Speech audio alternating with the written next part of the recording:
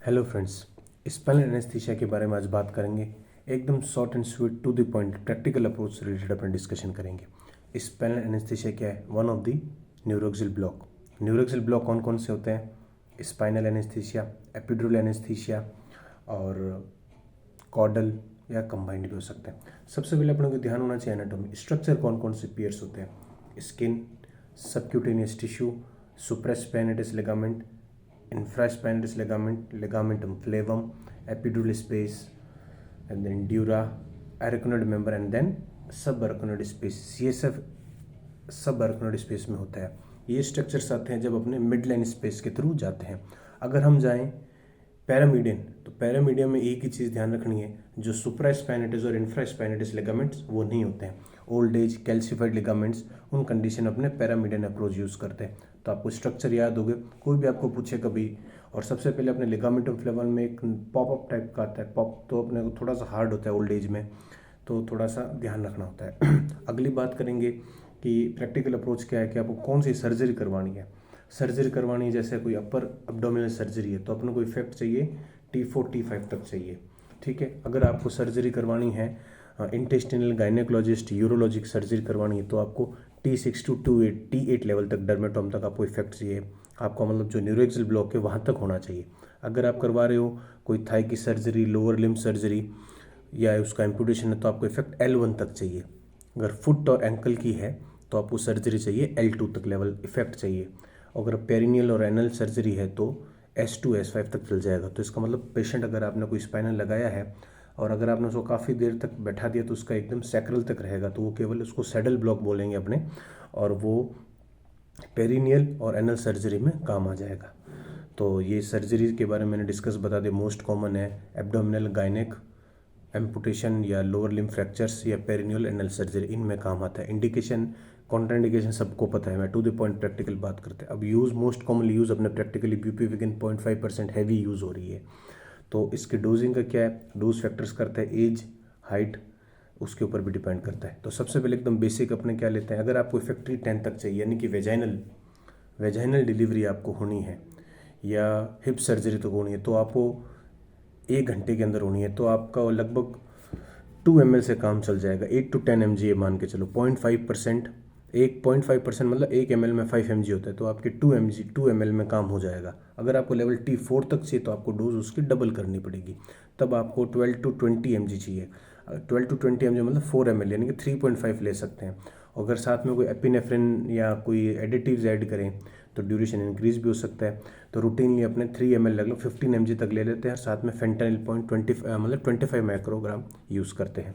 तो ये अपने डोजेज होगी, सर्जरी होगी, लिगामेंटम पियर्स कहते हैं। और दूसरा एक और प्रैक्टिकल अप्रोच आप लगाओगे कैसे? आपको जो एनाटॉमिकल है पीछे, जो इलिया क्रेस्ट की जो टफर्स लाइन बोलते हैं, वो L4 पर कॉरस्पॉन्ड करती है या L4 L5 बीच में, तो मोस्ट अपने को वहीं लगानी चाहिए। सबसे सेफ रहता है, कोई स्पाइनल कोड इंजरी का चांस नहीं होता है, क्योंकि एडल्ट मेल में तो जो ख़त्म होती है L1 L2 पर हो जाती है, और बच्चों में नीचे तक आती है। तो अपने को वो सेफ साइड में L4, अगर किसी में चाहिए तो स्पेस नहीं मिलती तो अपने एक स्पेस ऊपर भी जा सकते हैं। अब दूसरा इफेक्ट, अपने इफेक्ट कैसे जाता है? आपने ब्लॉक लगा दिया, ब्लॉक लगाने के बाद में अब इफेक्ट कैसा, कौन कौन सा, सबसे आपने सुना होगा ठंडा गर्म, अपने ठंडा गर्म कुछ लग रहा है तो सबसे पहले तो इसमें जाएगा सिंपैथेटिक सिस्टम जाएगा। सिंपैथेटिक सिस्टम के बाद जाएगा सेंसरी, और उसके बाद जाएगा मोटर।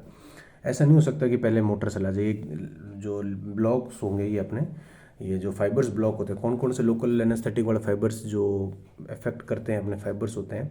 सबसे पहले बीटा फाइबर जाएगा, वेसोमोटर ब्लॉक हो जाएगा। फिर अपने जाता है कोल्ड और वार्मथ, कोल्ड फाइबर्स वाले जाएंगे। फिर सेंसेशन ऑफ वही, मतलब कोल्ड ठंडा गर्म जो अपने बोलते हैं, तो इसी से याद रखो। सबसे पहले तो बीटा फाइबर जाएगा, उसके बाद जाएगा ए डेल्टा और सी फाइबर जाएंगे। उससे क्या होगा? टेम्परेचर और स्लो पेन और फास्ट पेन वाला चला जाएगा। उसके बाद कौन सा फाइबर जाएगा? ए गामा और ए बीटा फाइबर जाएगा, जो टेक्टाइल और प्रोपियोसेप्शन वाला फाइबर जाएगा। तो ये फाइबर्स आपको याद भी नहीं हो तो कोई दिक्कत वाली बात नहीं। सबसे पहले ये ध्यान रखना है, वेसोमोटर मतलब सिंपैथेटिक सिस्टम जाएगा। सिंपैथेटिक सिस्टम मतलब बीपीए जो फ्लक्चुएशन वाला सिंपैथेटिक सिस्टम वाले फीचर्स आएंगे। उसके बाद सेंसरी आएगा, सेंसरी मतलब कोल्ड, टेम्परेचर, पिन प्रिक वाला याद कर लो। सबसे लास्ट में जाएगा मोटर। अगर आपके मोटर चला गया तो इसका मतलब वो तो चला ही जाएगा, उसमें कोई सोचने वाली बात ही नहीं है।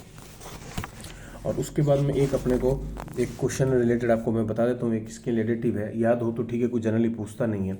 वो क्या है, Bromage scale. Modified Bromage scale क्या है कि अगर a patient able to lift legs against the gravity तो उसको अपने 0 स्कोर दे देंगे, मतलब आपके स्पाइनल कोई इफेक्ट नहीं हुआ, उठा लिया 0 स्कोर। अगर able to flex the knees, घुटने मोड़ सकता है लेकिन able to flex knees but पाँव नहीं हिल रहे हैं तो उसको स्कोर 1 दे देंगे, modified Bromage scale 1। Able to move feet, हिला सकता है पर घुटना नहीं मोड़ सकता तो स्कोर अपने 2 दे देंगे। Unable to move any movement, कुछ भी नहीं हो तो स्कोर 3। मॉडिफाइड ब्रोमेज स्केल है 0 से स्टार्ट होगा, 0 1 2 3। 3 में बिल्कुल नहीं लेगा, 0 में हो लेगा, बीच के 2 ही रहेंगे, एक में घुटना मुड़ेगा और एक में केवल नीचे फिट हिलेगा। तो मोस्टली ये मैंने बहुत इन शॉर्ट एंड स्वीट में कवर कर लिया है ये स्पाइनल वाला पार्ट। स्पाइनल में आपको क्या और कॉम्प्लिकेशंस क्या होंगे आपको ध्यान है। अगर आपको ब्लॉक ऊपर चला जाता है ज़्यादा तो पेशेंट को हाई स्पाइनल और टोटल स्पाइनल के कॉम्प्लिकेशंस आते हैं, वो अपने कभी और बात करेंगे। बट मोस्टली क्लिनिकल आपको डोज तो आपको जैसे कौन सी सर्जरी उसके अकॉर्डिंग डोज सेलेक्ट करनी। ओल्ड एज में, ओबेसिटी में, जो टॉलर है या शॉर्टर हाइट का, उसमें डोज के बारे में बहुत ही सोच करके यूज़ करना है। और जो इंट्राथेकल में जैसे ट्रामाडोल, फेंटानिल, नियोस्टिग्मिन, ये एडिटिव भी यूज़ हो सकते हैं अपने। और सबसे पहले ज़माने में अपने मतलब ओल्डर टाइम्स में प्रीलोडिंग का कंसेप्ट था। अब प्रीलोडिंग की जगह कोलोडिंग वाला कंसेप्ट आ चुका है। गोल डायरेक्टेड फ्लूइड थेरेपी अपने बात करते हैं। तो कभी भी कोई भी स्पाइनल और स्पाइनल की नीडल्स भी अलग अलग तरह की होगी, ये वो अपने और भी नेक्स्ट टॉपिक में बात करेंगे, नहीं तो अभी बहुत लंबा हो जाएगा। Thank you.